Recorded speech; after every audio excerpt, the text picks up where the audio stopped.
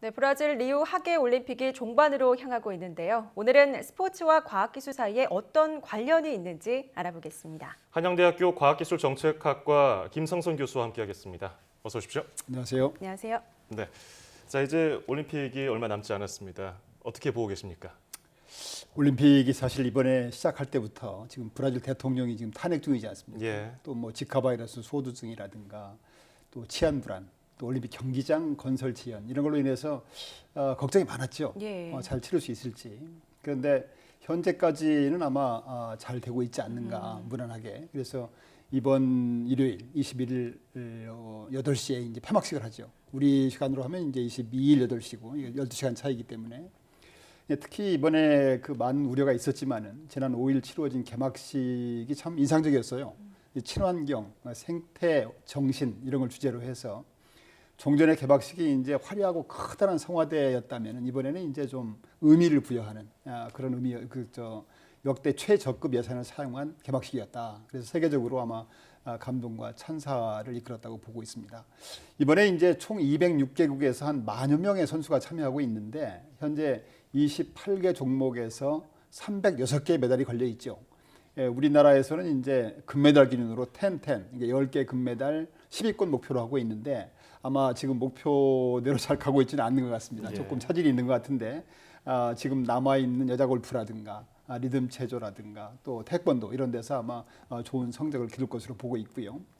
한 가지 이번에 이제 올림픽을 보면서 눈여겨볼 대목이 있다면 이번 올림픽도 예외 없이 정말 과학기술이 경기력 향상의 중심에 있다 이렇게 볼 수가 있을 것 같습니다. 네, 스포츠와 과학기술 얼핏 생각하면 큰 관련이 없어 보여요. 스포츠하면 왠지 힘이 더 강조되는 느낌인데 스포츠와 과학기술 어떤 연관성이 있다고 보십니까?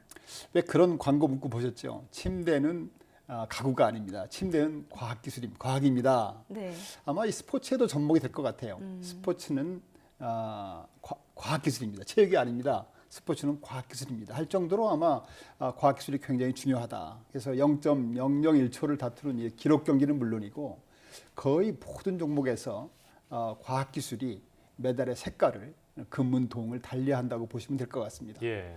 결국 과학기술 선진국이 스포츠 선진국일 수밖에 없는 이유이기도 합니다. 물론 이제 과학기술의 중요성이 비단 스포츠 분야만에 그치는 건 아닙니다. 제가 이 프로그램에서 여러 번 말씀드렸듯이 지금 우리는 이제 과학기술 중심사회에 살고 있다. 예. 그래서 예전에는 과학기술이 제조업 경쟁력 강화를 통한 어떤 국가 경쟁력 제고 이게 지상 최대 목표였다면은 지금은 이제 삶의 질, 그러니까 편리하고 건강하고 안전하고 풍요로운 삶을 위해서도 과학기술이 필요하고 또 각종 사회 문제 해결을 위해서도 과학기술이 필요합니다. 지금은. 그뿐 아니라 이제 국방이라든가 사회 안보라든가 예술, 문화, 체육 모든 면에서 과학기술이 중심이 되고요. 우리나라가 이제 모든 분야가 세계 수준에 와 있다 보니까 여기서 한 단계 더 나가기 위해서는 과학기술이 접목되지 않고는 미래를 보장받을 수 없다 이렇게 말씀드릴 수 있고요. 특히 이제 스포츠 쪽에서는 0.01초를 다투는 스포츠 쪽에서는 과학기술이 정말 중요하다. 그뿐 아니라 이제 스포츠 산업 쪽에서도 또 과학기술이 중요하게 역할을 차지하고 있다고 볼 수가 있겠습니다. 예.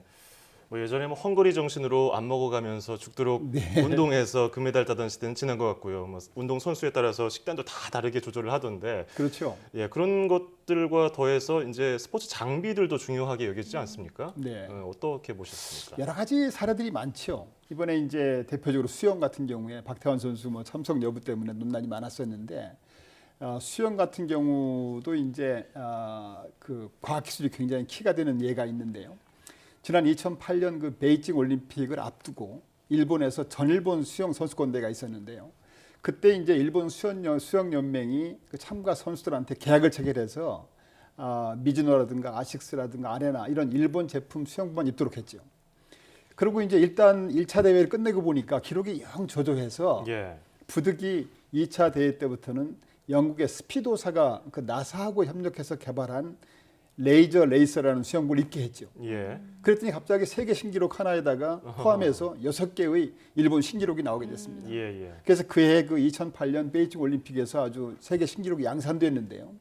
이런 것들이 0.001초를 다투는 수영 경기에서는 이 수영 경기에서 전신 수영복을 입는 게 좋은지 반신발 입는 게 좋은지 또는 재질은 어떻게 해야 좋은 건지 또 입수 각도는 몇 도로 해야 이게 공기 저항을 최소화시킬 수 있는지, 또 이 스트로크는요. S자 스트로크가 좋은지 I자가 좋은지 이런 게 전부 달라지는 거죠. 예. 그러니까 참고로 이제 I자는 그 단거리에 적절하다고 하고 이 중장거리는 S자 스트로크를 해야 된다고 하는데요. 아무튼 이런 것들이 이제 과학 기술이 메달을 바꾸는 사례라고 볼 수 있습니다. 또 다른 예를 보면은 이제 세상에서 가장 빠른 사나이라고 하는 지금 우사인 볼트가 이번 올림픽에서도 100m, 200m 지금 3연패 했지 않습니까? 예. 근데 결국 육상이라는 것이 이제 하계 올림픽의 꽃이라고 하는데 이 육상 경기에서도 과학 기술이 굉장히 중요하다. 인체 공학적으로 설계된 그 최경량 운동화라든가 유니폼이라든가 이 자세라든가 이런 것들이 0.01초, 0.01초를 다툰다 이렇게 볼 수가 있습니다. 예. 참고로 재미있는 것은 이제 이 육상 경기에서 맨발로 뛰는 경우가 오히려 선수의 경쟁력도 높일 수 있고 예. 또 부상 위험도 없다. 이렇게 주장하는 선수들이 있어요, 사실은. 그래요. 근데 그거는 이제 아직 지금 입증이 안 됐다고 합니다. 초등학교 때 그런 식으로 많이 뛰잖아요. 그렇죠. 예전에는 뭐 없었기 때문에 그랬는데. 예. 그뿐 아니라 이제 축구나 배구 같은 구기 종목에서도 수비수를 괴롭히는 너클볼이라는 게 있지 않습니까? 예. 이번에 8강전에서 우리가 네덜란드 여자 배구 할 때 보면은 그 서비스를 못 받아서 굉장히 어려웠는데요. 예. 이 너클볼은 이 회전을 최소화시키면은 이 볼 뒤에 이 회오리가 심해가지고요. 예. 이 볼이 가다가 지그재그로 간다든가 이번처럼 이제 가다가 볼이 뚝 떨어진다든가 예. 이런 볼들이 생기는 거죠. 그래서 이제 축구의 그 골키퍼라든가 배구의 수비수 이번에 그 서브 뭐 그런 것도 마찬가지입니다만 그런 것도 결국은 이제 그래서 축구 선수나 배구 선수들은 가능하면 볼을 회전시키지 않고 무회전으로 이렇게 볼을 선호한다고 합니다. 그뿐 아니라 뭐 잘 아시다시피 사이클 경기에서도 저항을 최소화시키기 위해서 그 휠이라든가 헬멧 같은 것을 계속 바꾸고 있고요. 또 뭐 요트 같은 것도 이제 소재를 예전에 목재로 했다가 지금은 탄소섬유 이런 걸 하니까 뭐 저항도 적고 빨라지고 있고 또 뭐 장대는 비트기에서도 뭐 목재냐 뭐 금속이냐 탄소섬유냐에 따라서 기록이 계속 향상이 되고 있다고 볼 수가 있습니다. 그래서 이런 것들을 보면은 결국은 모든 경기에서 앞으로 이제 평창 우리 동계올림픽 하지 않습니까?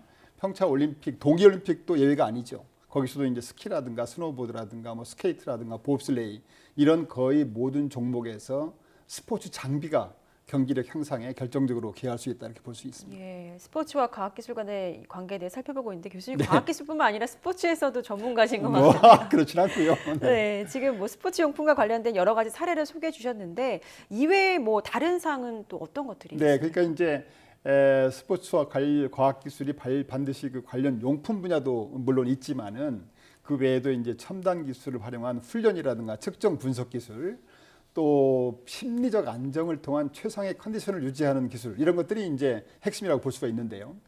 먼저 이제 첨단 기술을 통한 훈련 이런 데서는 훈련할 때 요새 왜 뜨고 있는 그 VR, AR 가상 뭐 중간 기술 이런 기술을 이용해서 훈련을 한다든가 또 자세라든가 이런 것들을 이제 측정해서 분석해서 교정한다든가 이런 것들이 이제 많이 지금 활용됨으로 해서 그 기록을 높일 수가 있고요. 두 번째는 이제 심리 면에서도 굉장히 중요하다. 예. 결국은 이제 그 심리적으로 최선의 상태를 유지해야 되기 때문에 이 사람들이 이제 그 시차를 적응한다든가 또는 현지 분위기에 적응한다든가 이런 것도 굉장히 심리 상태 아닙니까? 그래서 심리를 최고조로 안정적으로 될 수 있는 상태를 유지하기 위해서 현지에서 이제 그런 심리 치료사가 가기도 하고 심지어 이번에 같은 경우는 이제 그 식사 메뉴 같은 경우 있지 않습니까? 그런 것도 조절하고 또 어떤 경기는 이제 감량을 해야 되는 경우도 있고 그래서 요리사도 따라가고 뭐 그렇게 해서 이제 아무튼 선수들이 몸과 마음의 최상의 컨디션을 유지하게 한다. 특히 이제 사격과 그 양궁 이런 것들은 굉장히 심리가 중요하다고 볼 수가 있겠습니다. 예. 네.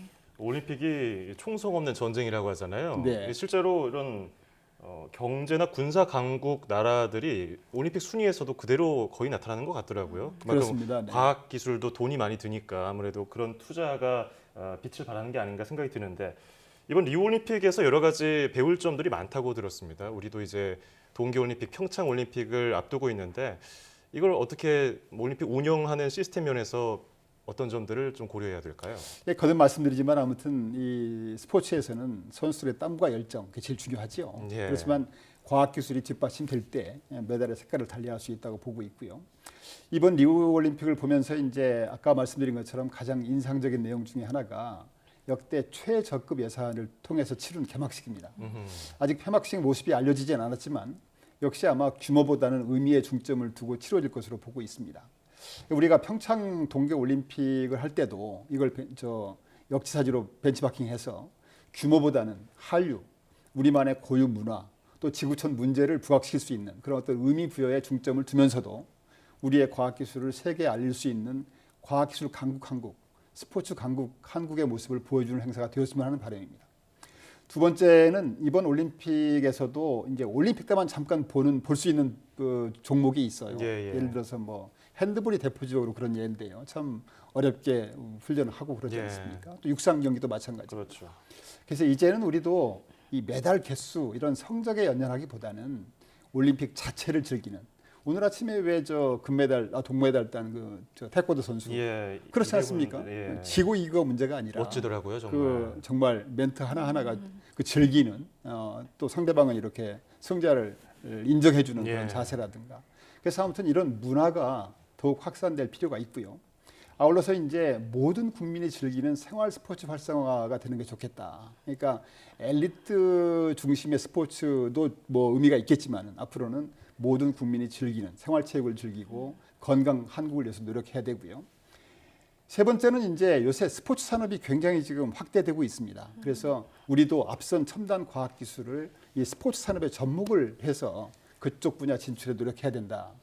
정부에서 지금 추진하는 사업 중에 하나가 비타민 사업이라는 것이 있지 않습니까? 저번에 말씀해 주셨죠, 교수님이. 그래서 과학 기술을 농업, 에그리컬처에 적용하면은 비타민 A, 또 비타민을 뭐 게임에 적용하면은 비타민 G 하듯이 이 첨단 과학 기술을 스포츠에 접목하는 비타민 S를 지원을 해가지고 이 스포츠 산업에 국내외 진출할 수 있는 기반을 만들고 경기력 향상에도 노력했으면 하는 바람이 있습니다. 네, 앞으로 뭐 정말 모든 분야에서 과학기술과 접목을 빼놓을 수 없는 그런 시대가 올 것 같고요. 정말 시간이 빨리 지나가요. 몇 종목 안 남았는데 네, 그렇습니다. 우리 선수들이 올림픽 즐기면서 정말 끝까지 최선을 다하고 돌아왔으면 좋겠습니다. 지금까지 한양대학교 김상선 교수와 함께했습니다. 오늘 감사합니다. 감사합니다.